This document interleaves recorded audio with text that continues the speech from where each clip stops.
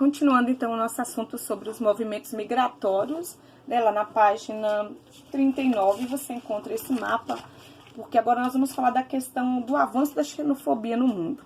Essa repulsa, esse preconceito, essa hostilidade, né, com a presença do imigrante é percebida nas regiões que mais recebem imigrantes. Aqui você vê o mapa dos Estados Unidos, então, nós vamos, né, como eu falei anteriormente, é aqui pela fronteira do México que entra o maior número de imigrantes. Obviamente que o maior número de imigrantes no período do século XVIII, quando a indústria já começava a manifestar aqui um crescimento muito grande, depois acentuada no século XIX, XX e até hoje, né? Os Estados Unidos é o país mais industrializado do mundo, uma potência econômica, né? Uma potência armamentista. Então, os Estados Unidos têm um prestígio mundial que nós conhecemos e reconhecemos. Então, o número de mexicanos que imigrou para essa região é muito grande. Você percebe até aqui, ó, eu tenho um estado americano aqui chamado Novo México. Por que esse nome, né? Porque a presença de imigrante mexicano é tão intensa que aqui não se fala apenas inglês, mas se fala o espanhol, que é a língua oficial do México. Aqui também na Flórida, você vai ver que essa cor em vermelho aqui representa, né, povos latinos. Então, toda essa mancha em vermelho aqui é a presença de povos latinos, tanto mexicanos quanto povos de El Salvador, Honduras, Guatemala, Costa Rica, Brasil. Então, os latinos vão preferir morar em regiões onde ele vai encontrar, né, povos que, como ele, né, sobreviveram a todo o processo de imigração, oferecem trabalho, emprego, colaboram, ajudam o imigrante que chega. Então, você vê que eu tenho uma mancha vermelha bem acentuada da presença dos latinos aqui nos Estados Unidos. Na parte que eu chamo, ó, aqui é norte ou setentrional, aqui é sul ou meridional. Ou seja, na parte meridional dos Estados Unidos, a presença desses povos latinos, ela é bem intensa. No Canadá, você vê aqui na divisa Brasil na divisa, né, Estados Unidos e Canadá, eu vou ter uma presença menor, né? Os latinos não ocupam essa região por causa da questão também climática, né? Nós vamos ter aqui outra presença forte aqui também, o percentual da população de imigrante, né? Os Estados Unidos acaba tendo um grande contingente diverso de imigrantes, né, de diversas regiões, tanto do Oriente Médio, como você vê aqui, ó, na legenda, né, do próprio Canadá. Por quê? Também a população canadense também muda para os Estados Unidos, como os Estados Unidos também muda para o Canadá. E na fronteira fica mais fácil, porque você vai ter Detroit, por exemplo, uma cidade aqui, ó, que o que separa mesmo é apenas uma rua, né? Você tem um lado estadunidense e outro lado canadense. Então, eu vou ter um processo migratório intenso. Aqui, então, a presença na divisa com o Canadá é de imigrantes canadenses. Aqui, imigrantes latinos. Depois, a cor, desde lilás, roxo, rosa, né? Todas essas variações aqui são presenças, né, de europeus. Eu vou ter em laranja, tá? A variação laranja mais escura até o mais claro, até o amarelo, que é a presença de povos do Oriente Médio, aí é aquela infinidade, né, grande, do Afeganistão, do Paquistão, de todo o Azerbaijão, de todos aqueles povos ali, dos iranianos, do povo da Arábia Saudita no geral, tá? Então, aqueles povos da região do Oriente Médio também constituem, né, um grande número. Então, você vê pela cor do mapa que a variação é muito grande. Agora, por que eu tô te falando isso? Porque esses povos sofrem, sim, a xenofobia. Eles sofrem a perseguição, muitas vezes, né, principalmente quando é momento de crise econômica, né, quando os estadunidenses sentem-se ameaçados, né, em época de crise econômica, porque perdem o trabalho, e na hora de buscar trabalho tem um monte de imigrantes concorrendo com ele também ao mesmo trabalho. Mas a presença do imigrante, ela traz traços na vida e na cultura forte dos Estados Unidos. Como eu falei lá no estado do Novo México, você vai encontrar comunidade, né, mexicana, com comércio, com estilo de vida, com uma arquitetura típica, né, do México, mesmo sendo em território estadunidense. Então, essa influência é muito forte, é perceptível na arquitetura, na língua, nas manifestações culturais, na religião, tá? Os povos latinos, que constituem uma grande comunidade dos Estados Unidos, então, são responsáveis pelo crescimento do catolicismo nos Estados Unidos, né? porque a religião que os ingleses levaram na época do povoamento foi o anglicanismo. Então, os imigrantes latinos é que levaram o catolicismo, né, hábitos culturais, né, dança, música, tudo tem uma forte influência latina também nos Estados Unidos. Agora, dá uma olhadinha aqui nesses gráficos que mostram, né, a interferência, então, desses povos aqui, ó. Na Califórnia, hispânico é o nome que a gente dá aos latinos, né? A população 100% da Califórnia, ela tem 37% de latinos. O Novo México, né, tem 45%, quase a metade da população é só de latino. O estado do Arizona, 29%, né, é hispânico. E o Texas tem 32%. Então, mostrando alguns dos estados que têm forte influência ou forte presença da população latina. Tem um dado também importante aqui na questão da economia, né, do México. A saída de tanto mexicano também para os Estados Unidos, ela representa também um prejuízo, né? Da mesma forma que a gente falou, mão de obra qualificada que vai para o país vizinho, não fica no seu país, acaba causando um prejuízo, porque se a população qualificada, se a mão de obra jovem sai do país, o país fica em prejuízo. Não é legal, entendeu? Durante muito tempo, né, esse fluxo migratório do México para os Estados Unidos foi muito intenso. Aí, o que os Estados Unidos fez para, né, parar um pouquinho? Ele levou as chamadas indústrias, né, para a fronteira, as chamadas maquiladoras, que era apenas para poder impedir a saída dos mexicanos do seu país para entrar nos Estados Unidos. Ele coloca as indústrias ali, o mexicano trabalhava na própria indústria americana, gerando emprego, tendo renda, e assim ele não precisava mudar do México para os Estados Unidos. Né? São muitas as cidades que eu tenho, então, na fronteira do México com os Estados Unidos. Muitas cidades mexicanas, né? Mas se tornam cidades também onde a vida não é tão fácil, porque a presença de imigrantes de outros países que vão para lá para entrar de forma ilegal acaba aqui causando, então, situação não pacífica nessas cidades, né? O índice de assassinato é alto, sabe? De criminalidade também é alto, o tráfico é alto, o tráfico humano, o tráfico de drogas. São vários problemas existentes nas cidades mexicanas próximas às fronteiras com os Estados Unidos, tá? Tem uma imagem no seu post na página 41 que dá uma ideia do que você, né, do que eu falei há pouco, ó. A travessia de imigrante aqui à noite, atravessando o Rio Colorado para passar do México para os Estados Unidos ilegalmente. Outro, né, dado que eu já falei é a construção, ó, o muro já construído, né? Você tá vendo aqui, ó, cidade mexicana, pertinho da fronteira, e que apresenta esses problemas sociais, como eu falei, e o muro já construído. Mas a ideia é de que o governo quer terminar o muro, só porque é uma construção longa, gigantesca e muito cara. A Alemanha, que eu falei há pouco, né, que foi um país que manifestou muito, né, esse ódio aos imigrantes judeus. Também na Europa eu vou ter, que você tem aqui contando, né, no caso da Irlanda, no caso da Alemanha também, um movimento chamado Skinhead, que tem caráter fascista, né, teve origem lá no Reino Unido, na Irlanda, que eram jovens proletários que enfrentavam forte desemprego no fim da década de 60, né, e utilizando indumentária militarizada, ou seja, roupa de militar, adotou critérios rígidos para perseguirem, né, os grupos que eles consideravam rivais, que eram chamados punks, né, além de hostilizarem também os gays, os judeus, os afrodescendentes e outras minorias. Os skinheads, então, marcaram, né, esse momento da história de uma violência muito grande, né, uma xenofobia bem violenta. E eles atacavam principalmente o grupo de imigrantes, porque eles achavam que os imigrantes eram quem estava tomando o emprego local deles, tá? Nas décadas seguintes, esse movimento se espalhou pelo mundo, né? Os skinheads se espalharam pelo mundo, incluindo o Brasil, né? Em minoria, né? E hoje eles praticamente desapareceram, né? Atualmente a gente tem uma ideia de aceitação, né? A terra é de todos e não há por que você excluir alguém porque tem origem diversa, tá? Então, nós podemos continuar agora mostrando o caso que acontece na Europa. A Europa também, como o continente que atrai um número grande de imigrantes, a Europa também enfrenta problemas. Veja, a Europa Ocidental, lembra, né, que eu tenho a Europa Oriental, formada por na maioria dos países que eram membros da URSS, a ex-república, né, da ex-União das Repúblicas Socialistas Soviéticas, e o lado ocidental, Europa Ocidental, é onde estão as nações mais ricas e desenvolvidas do planeta. Como esses países são países de economia forte, atraem um número grande de imigrantes.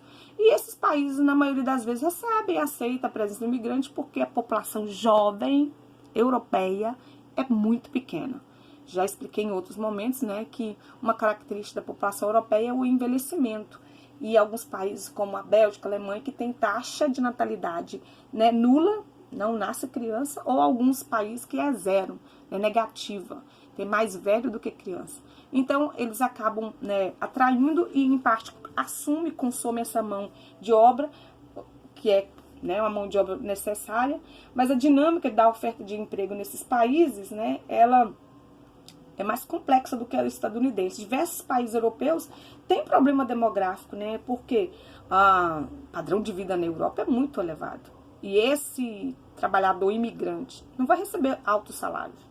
Ele não vai conseguir viver no padrão de vida que vive os suecos, os belgas, os franceses, tá? Então, o que ocorre? Vai ser grande um número, né, de pessoas que vão ter que viver em áreas periféricas, né? Vão viver em situação não tão boa quanto gostariam, tá? O crescimento, então, de áreas periféricas se dá por causa da presença desse imigrante. Então, por que a presença do imigrante é tão intensa? Eu acabei de explicar e você tem um gráfico mostrando, ó, a taxa de natalidade de alguns países europeus é muito baixa. Desde a década de 70 agora até 2010, você está vendo que todos os países mostraram aqui, ó. Espanha caiu bastante, né? Vamos pegar a Itália, olha aqui como caiu. O que mais que a gente vê aqui o roxo? Que o Reino Unido aqui manteve um pouquinho o crescimento. Parcela da população com idade entre 0 e 14 anos, tá? Do 100%, né, da população europeia, só 13% é jovem. Só 13%. Da Espanha, só 15%. Da França, apenas 18%. Da Itália, 14%. Do Reino Unido, só 17%. Ou seja, pouquíssimos jovens. A população, na maioria, é de idosos. Por isso que a entrada desse imigrante aí, né, ela é aceita. Mesmo que eles não consigam viver no mesmo padrão europeu. Por quê? Falta escolaridade. O trabalho braçal deles não é tão bem remunerado, tá? E essa taxa de natalidade, a tendência dela é continuar assim, porque com a entrada das mulheres no mercado de trabalho na Europa, elas preferem não ter filhos. Às vezes não casam, né? Às vezes decidem ter filhos mais tarde e não conseguem. Então, essa é uma realidade muito comum. O que é ruim para o governo? Uma população que vai envelhecendo significa que é uma população que vai viver à custa do governo, porque ela trabalhou enquanto jovem, agora ela vai se aposentar e ela vai precisar do serviço previdenciário. Mas quem é que vai sustentar o serviço previdenciário? Teria que ser essa população jovem, mas olha como ela é reduzida. Então, é pouca gente para sustentar muita gente. Esse é o desequilíbrio. O maior problema, então, em você ter uma população jovem pequena e uma população que está envelhecendo em grande número, é exatamente o desequilíbrio que causa no sistema previdenciário, tá? Então, é um problema que a Europa enfrenta atualmente. Dá uma olhadinha na página 43 para você ver um gráfico aqui bem interessante, ó. A percentual da população nascida, né, em outros países. Olha aqui, trabalhadores agrícolas romenos após um dia de trabalho na Inglaterra. Então, um trabalho braçal, como eu disse para você. Não é um trabalho bem remunerado. Por isso, né, é difícil para eles viverem dentro do padrão europeu. Analisando, então, essa população, veja, Alemanha, Espanha, França, Itália e Reino Unido. Percentual da população nascida em outros países, ou seja, quanto dos 100% da Alemanha não é alemão? 12%. Quanto da percentual da população espanhola não é nascido na Espanha? 14%. Então, esses números representam quem vive lá, quem é contado como alemão, espanhol, francês, italiano, porém, nasceram em outros países, né? Principal grupo étnico não nativo, né? Na Alemanha, nós temos o quê? Uma grande parte da população é de turcos. Na Espanha, latino-americanos e romenos. Na França, é muito árabe. Na Itália, muitos albaneses. No Reino Unido, muitos indianos.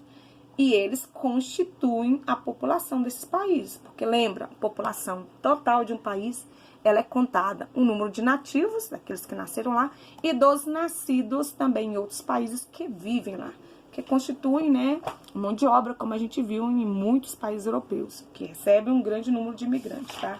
Eles vivem, sim, eles sofrem com essa xenofobia, que é essa não aceitação, às vezes, né, por parte da população do país onde eles estão morando. Nas páginas seguintes, você vai encontrar mais informação mostrando sobre isso, né? A União Europeia, que é formada pelos 27 países, dos 53 países que compõem a Europa, 27 formam, né, o bloco chamado União Europeia. A União Europeia tem como princípio primário o direito do ir e vir, né? Os direitos humanos, né, são um dos fatores que faz com que a Europa tenha esse destaque. Todos os países que fazem parte do bloco chamado União Europeia têm que respeitar esse direito, né, um dos princípios do direito humano, que é o ir e vir. Por causa disso, esse detalhe também faz com que a Europa receba os imigrantes, né, dos países vizinhos. Porque se ela não receber, se ela não aceitar, ela vai estar infringindo o primeiro princípio do bloco, que é o direito do ir e vir, tá? É claro que com o grande número de refugiados que a gente tem percebido, né, nos últimos anos, entrando para a França, para a Alemanha, principalmente para a Inglaterra, tá? A Inglaterra sempre foi um país alvo, né? O que a gente percebe? A saída da Inglaterra do bloco foi uma forma que ela arrumou. Saindo do bloco, ela não é obrigada a aceitar a presença do imigrante. Tanto que, logo que a Inglaterra saiu do bloco, uma das medidas, né, do primeiro-ministro foi exatamente intensificar a vigilância nas fronteiras para proibir a entrada do imigrante. Então, agora existe uma política bem definida de que tipo de imigrante a Inglaterra quer. E ela já quer aquele que fala inglês, aquele que tem uma escolaridade. Ela pode fazer isso agora porque ela já não é mais membro, né, da União Europeia, tá? A maior comunidade de imigrantes que eu vou ter é na França. A França, né, e a Alemanha recebem um grande número de imigrantes. Então, atualmente, esse maior fluxo de imigrantes, né, que está na Alemanha, que está na França, são imigrantes africanos, principalmente da região de Senegal e de Camarões, tá? Onde vivem? Como eu falei há pouco, vive nas mega cidades como Paris, né?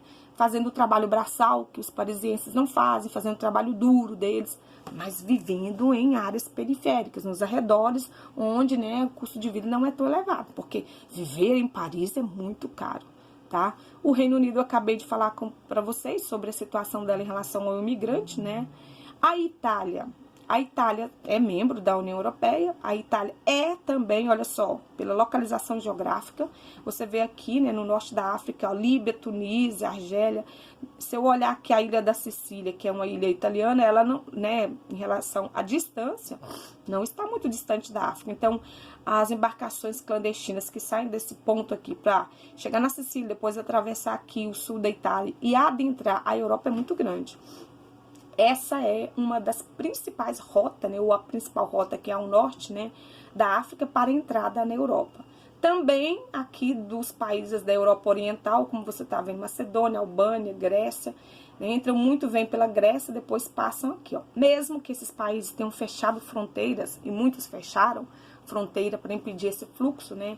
Porque os imigrantes vão deslocando, andando dias, meses e passando por outros países. E às vezes eles chegam na fronteira e essa fronteira está fechada, com arame farpado, sabe? E aí, quando eles não conseguem derrubar e transpor, são obrigados a voltar. Então, essa é uma rota. Uma imagem que eu já falei há pouco para você, mas aqui você vê a foto, é de um naufrágio.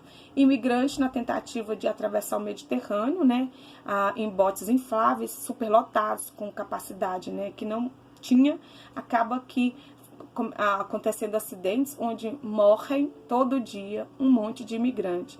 E aqueles que têm a sorte de serem resgatados, né, eles serão salvos ou enviados para o país de origem, ou às vezes aceitos, né, na Europa, ok? Nós temos outras regiões do mundo também que atraem, né, um número grande de imigrantes. Vamos falar agora do caso do Japão, que está lá na costa leste, tá, da Ásia. Enquanto carrega, vamos dar uma olhadinha aqui. O Japão, né, ele viveu, pós Segunda Guerra Mundial, um fluxo bem grande de japoneses que saíram do Japão e foram para outras regiões do mundo, inclusive o Brasil, fora do Japão, é o país que tem o maior número de japoneses e descendentes. Então, vieram muitos japoneses para o Brasil, então, pós-guerra, para tentar uma vida aqui.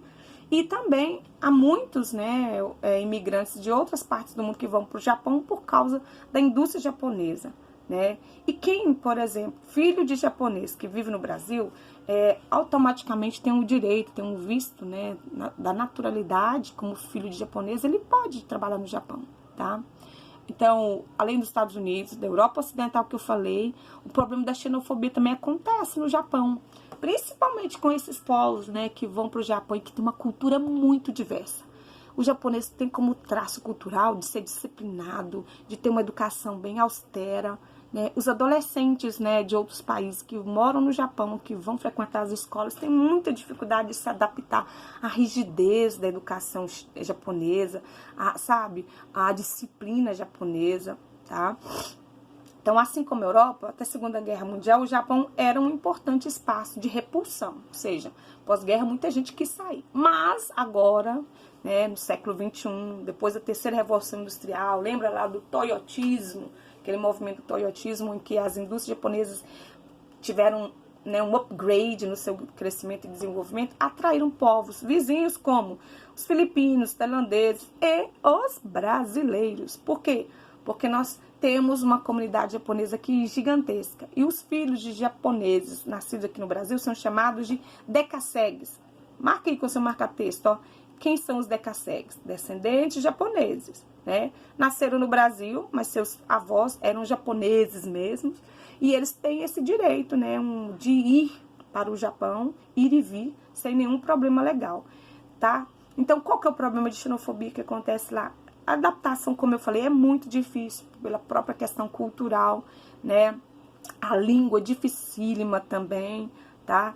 Então, eles vão encontrar situações, né, onde a xenofobia é expressa por parte dos japoneses, né, de achar pela diferença, né, pensa o brasileiro relaxadão, né, risonho, aquela história. Você já viu o japonês ficar rindo o tempo todo? Eles têm, né, um ar mais assim, endurecido. Então, nesses últimos anos, uma parcela desses decassegues, desses filhos japoneses que foram trabalhar no Japão, né, retornaram ao Brasil motivado pela abertura e as oportunidades que o país, no caso o Brasil, começou a ter, né? E por causa da condição que o Brasil passou a ter, chamado de país emergente, gerando mais emprego, muitos preferiram voltar. Por que voltar para o Brasil? Porque nós, brasileiros, né, temos um estilo de vida bem diferente. Principalmente também, um outro motivo que fez com que vários decassegues voltassem, foi porque em 2011 aconteceu aquele tsunami, né, numa região japonesa, em que quem estava lá nunca tinha vivido essa experiência de terremoto, né, ou de tsunami. Eles correram e voltaram para o Brasil por causa do medo dessa catástrofe natural, ok?